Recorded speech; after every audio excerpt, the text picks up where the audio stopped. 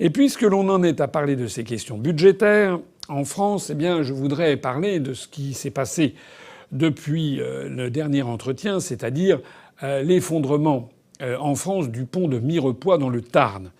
On a appris il y a 48 heures qu'un nouveau pont s'était effondré en Italie sur l'autoroute A6 vers Turin. C'est le deuxième pont d'importance autoroutier après celui de Gênes qui avait fait un certain nombre de morts. Là, il n'y a pas eu de victimes.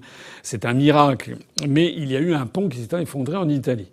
En France, le pont de Mirepoix s'est effondré dans le Tarn. J'ai eu l'occasion de faire des articles sur notre site et sur notre page Facebook. Alors, certains, les docteurs, tant mieux, diront mais non, non, non, c'est tout à fait normal. C'est parce que tout simplement, il y a un camion qui faisait 40 et quelques tonnes qui est passé sur un pont de 19 tonnes. Donc en fait, tout est de la faute de l'entreprise et du chauffeur qui a fait ça. Non, non, non, non, non. Les choses sont beaucoup plus compliquées que cela. D'abord, sur ce pont qui effectivement était limité à 19 tonnes, il y avait tous les jours de très nombreux camions qui passaient et qui étaient très lourds. Donc ça veut dire que le pont était sujet depuis de nombreux mois et de nombreuses années. C'est un pont des années 30 mais qui avait été rénové en 2003.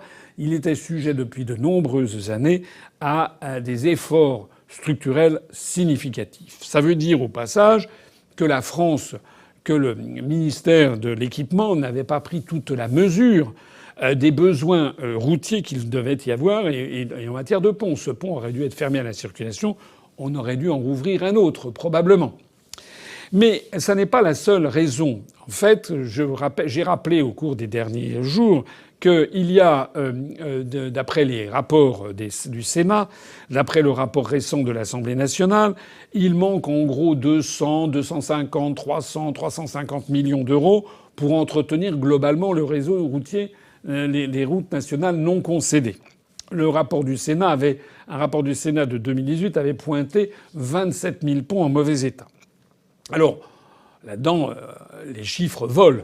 Le problème, c'est qu'il n'y a pas un chiffre à avancer, puisqu'il s'agit d'un entretien au jour le jour. C'est comme quelqu'un, par exemple, qui aurait une maison de campagne et qui n'aurait plus beaucoup d'argent. Voilà. Et donc, quand on n'a plus beaucoup d'argent dans sa maison, on donne la priorité aux dépenses les plus urgentes.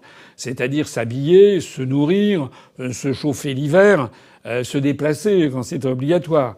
Et puis, s'il reste un petit peu d'argent, à ce moment-là, on va mettre un peu d'argent, par exemple, pour réparer un trou qui est apparu dans la toiture.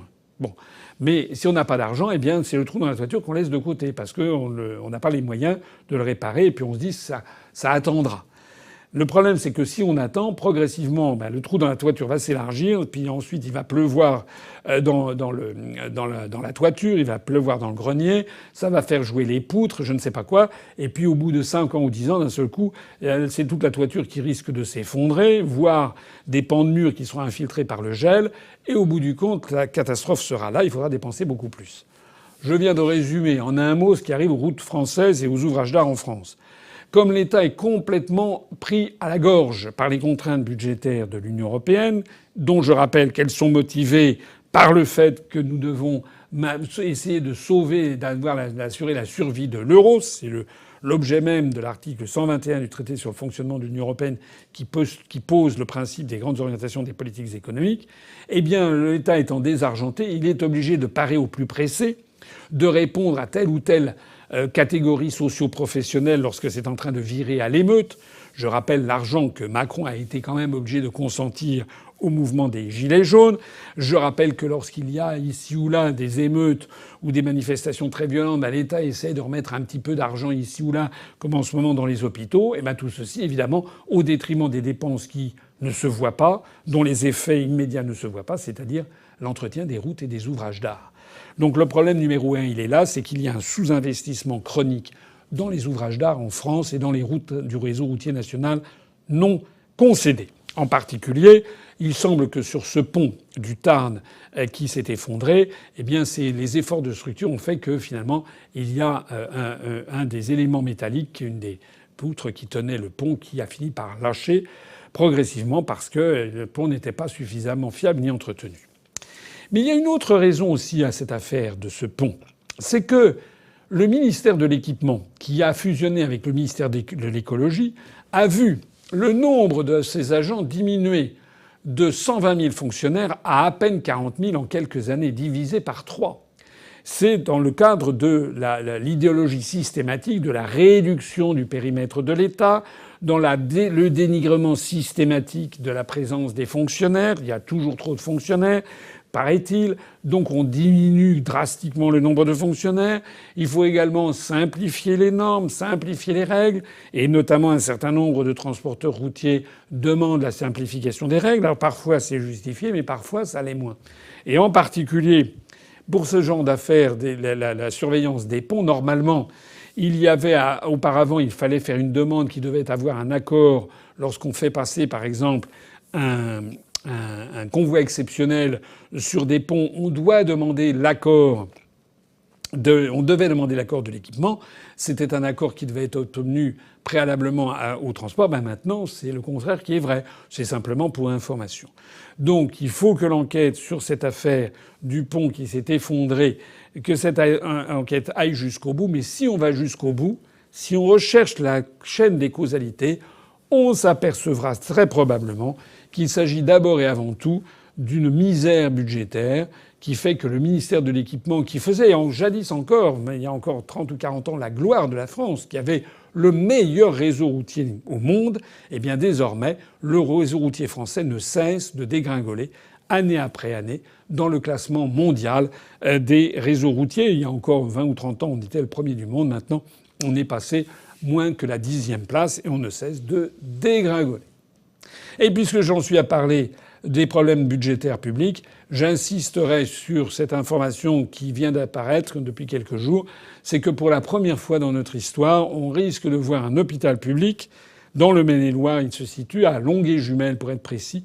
Eh bien, cet hôpital public risque d'être racheté par un groupe privé parce qu'il est en quasi-défaut de paiement, faute d'obtenir les subventions nécessaires. Il n'y a plus d'argent nulle part en France puisque tout notre argent est consacré soit à sauver l'euro, soit à le verser à l'Union européenne ou à des mesures sur lesquelles nous n'avons pas prises. J'ajoute, pour être complet, qu'il est sorti récemment des informations selon lesquelles il y aurait des fraudes aux aides sociales pour des montants tout à fait considérables. Alors les montants les plus énormes, prolifèrent sur la question. De la même façon, on parle de 40 milliards d'euros, c'est une somme absolument colossale, de fraude aux aides sociales. De la même façon qu'on parle de fraude à l'évasion fiscale opérée par les entreprises. Bien entendu, il faut lutter contre ces fraudes. C'est évident. Contre les fraudes aux aides sociales, qui sont parfois trop généreusement accordées ou sans trop de surveillance, ou contre l'évasion fiscale. Contre l'évasion fiscale, le problème, c'est que nous avons la libre circulation des mouvements de capitaux et que nous avons des entreprises qui arrivent à organiser leur insolvabilité en faisant des jeux d'écriture. J'ai déjà eu plusieurs fois l'occasion de l'expliquer. S'agissant des fraudes aux aides sociales, c'est tout à fait scandaleux. Mais comment faire pour lutter contre les fraudes aux aides sociales lorsque dans tous les domaines, y compris au ministère des Affaires sociales, on diminue le nombre de fonctionnaires qui sont chargés de surveiller tout cela? En fait, le problème deviendra de plus en plus insoluble au fur et à mesure que le nombre de fonctionnaires diminuera et que l'État n'aura plus d'argent pour entretenir tout simplement ses pouvoirs régaliens.